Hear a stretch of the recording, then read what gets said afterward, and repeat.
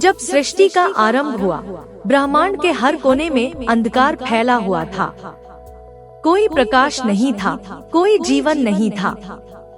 चारों ओर सिर्फ सन्नाटा और घना अंधकार था। उस असीम शून्य में कोई कल्पना भी नहीं कर सकता था कि वहाँ से कोई शक्ति जन्म लेगी, जो न केवल इस अंधकार को खत्म करेगी बल्कि संपूर्ण ब्रह्मांड को जीवन का वरदान देगी।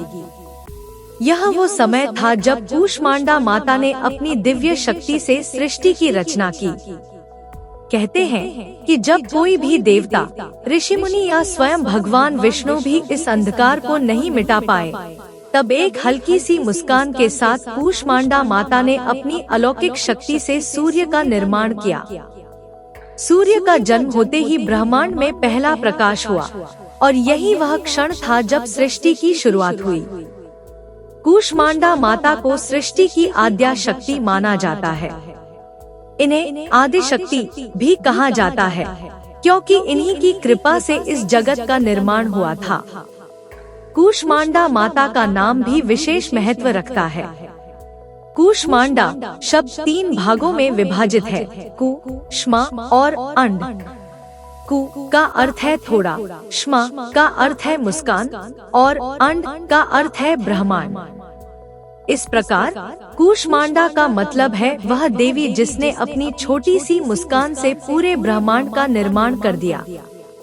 इस कथा से यह बात स्पष्ट होती है कि कूष्मांडा माता की मुस्कान सिर्फ एक साधारण मुस्कान नहीं थी, बल्कि वह सृजन की शक्ति का प्रतीक थी। यह वही मुस्कान थी जिसने अंधकार को चीरकर पूरे ब्रह्मांड में प्रकाश फैलाया और जीवन की शुरुआत की। कूष्मांडा माता को 8 हाथों वाली देवी के रूप में चित्रित किया जाता है। उनके हाथों में क्रमशः कमंडल, धनुष, बाण, कमल का फूल, अमृत कलश, चक्र, गदा और जप माला होती है। इन सभी प्रतीकों का विशेष आध्यात्मिक महत्व है। कमंडल जीवन के स्रोत का प्रतीक है, धनुष और बाण संघर्ष और आत्मरक्षा का, कमल का फूल पवित्रता और सौंदर्य का और अमृत कलश अमरता का प्रतीक है। चक्र ब्रह्मांड की निरंतर गति का प्रतीक है, गदा शक्ति और सत्ता का प्रतीक है और जप माला साधना और तप का प्रतीक है। माता कूष्मांडा की विशेषता यह है कि वह अपने भक्तों को सिर्फ भौतिक सुख नहीं, बल्कि आध्यात्मिक शांति और मोक्ष का मार्ग भी दिखाती है।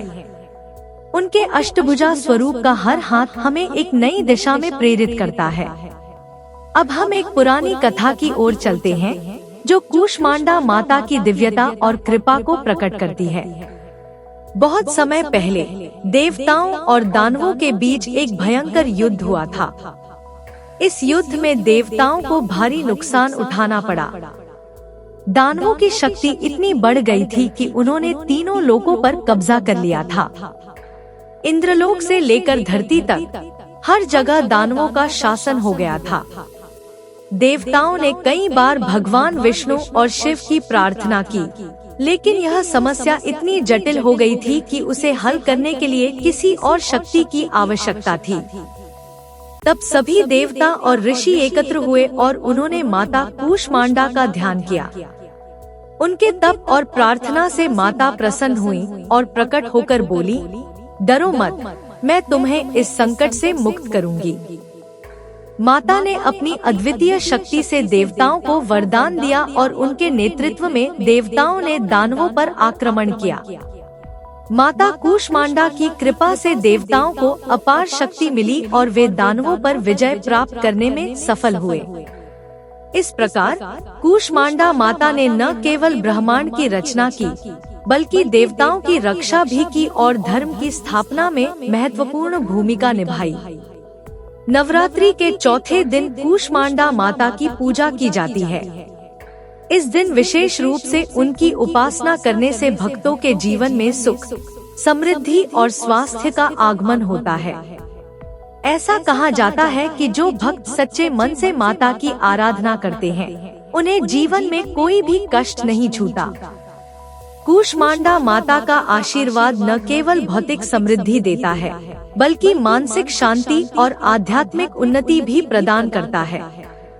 उनकी कृपा से भक्तों को आत्मबल प्राप्त होता है, जिससे वे जीवन की कठिनाइयों का सामना धैर्य और साहस के साथ कर सकते हैं। माता कूष्मांडा की पूजा के लिए खास विधि है।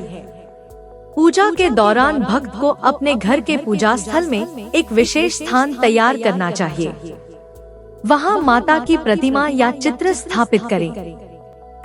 फिर उन्हें लाल वस्त्र अर्पित करें, साथ ही लाल फूल, विशेष रूप से गुड़हल का फूल माता को अति प्रिय है।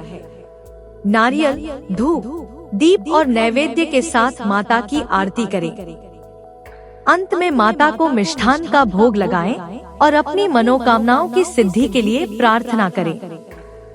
माता कूष्मांडा की उपासना से न केवल मानसिक शांति मिलती है, बल्कि यह शारीरिक स्वास्थ्य के लिए भी अत्यंत लाभकारी मानी जाती है।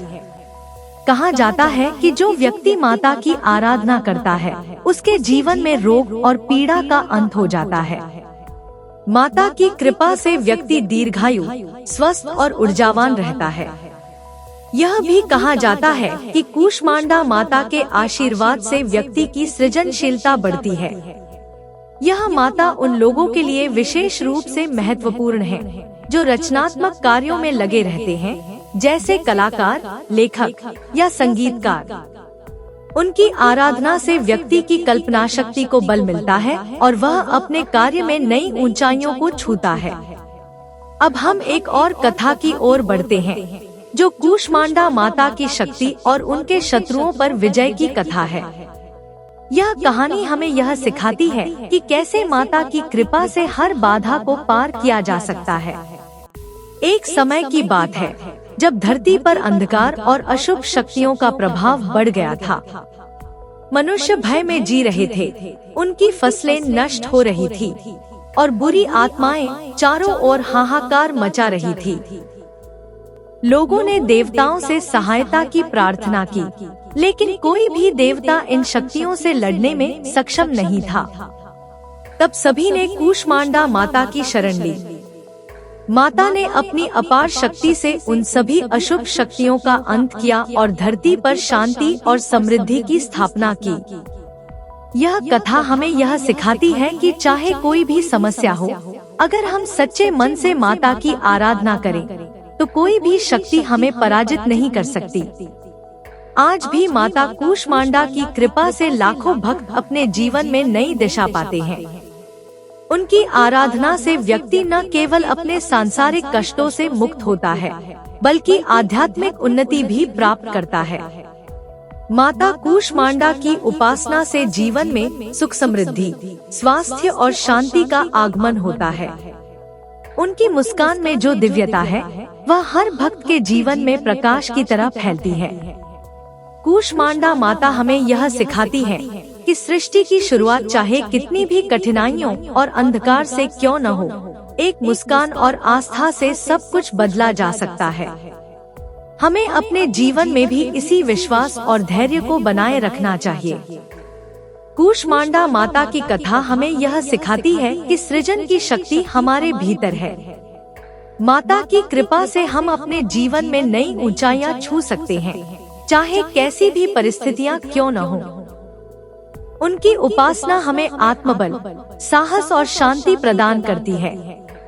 तो दोस्तों, कूष्मांडा माता की आराधना से न केवल हम अपने जीवन को सुधार सकते हैं, बल्कि इसे संपूर्ण और समृद्ध भी बना सकते हैं। उनकी कृपा से हमारा जीवन प्रकाशमय हो सकता है, जैसे उन्होंने ब्रह्मांड में पहली बार प्रकाश फैलाया था।